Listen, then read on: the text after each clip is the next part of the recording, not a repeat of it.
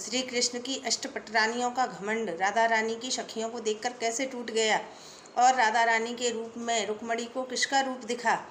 द्वारका में राधा रानी से 100 वर्ष बाद मिलकर जब द्वारकाधीश श्री कृष्ण अपने कक्ष में गए और रुक्मणी ने जब श्री कृष्ण को ब्रजवासी के रूप में देखा तो रुक्मणी समझ गई कि द्वारका में राधा रानी पधारी हैं।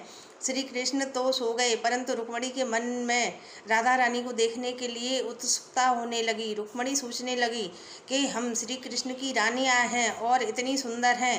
राधा रानी के रूप में ऐसा क्या है जिससे कृष्ण कभी भी राधा रानी को भूल नहीं पाए और उनके रूप सौंदर्य में खोए रहते हैं। ऐसा सोचकर रुक्मणी राधा रानी को देखने के लिए चल देती हैं। रुक्मणी के साथ कृष्ण की अन्य रानियां भी जाती हैं। जब रुक्मणी राधा रानी से मिलने जाती हैं तो राधा रानी की सखी ललिता रुक्मणी के सामने आती है। रुक्मणी ललिता को राधा रानी समझकर प्रणाम करती हैं और ललिता के रूप सौंदर्य को देखती रह जाती हैं। जब ललिता रुक्मणी जी से कहती है कि मैं राधा रानी नहीं हूँ, मैं तो राधा रानी की सखी ललिता हूँ। इस प्रकार रुक्मणी जी अष्ट सखियों से मिलती हैं जो रूप और सौंदर्य में एक से बढ़कर एक थीं।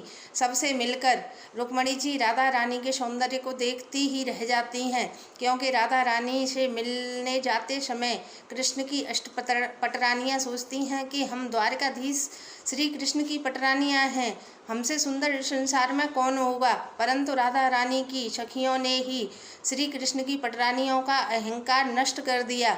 जब रुक्मणी जी ने राधा रानी को देखा तो वह राधा के चरणों में गिर गईं।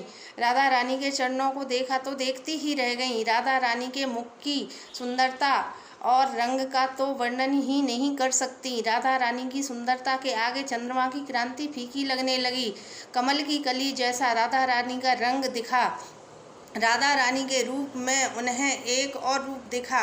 उस रूप को अपने मन के अंदर स्पष्ट देखने के लिए राधा रानी से बोली, हे कृष्ण प्रिया राधिका, हम आपकी द्वारका नगरी में आपका श्रृंगार करना चाहते हैं। इस प्रकार रुक्मणी राधा रानी का एक एक अंग को निहारकर राधा रानी का सिर से लेकर पांव तक श्रृंगार करती हैं। रुक्मणी जी राधा रानी के रूप सौंदर्य को निहारती ही रह जाती हैं।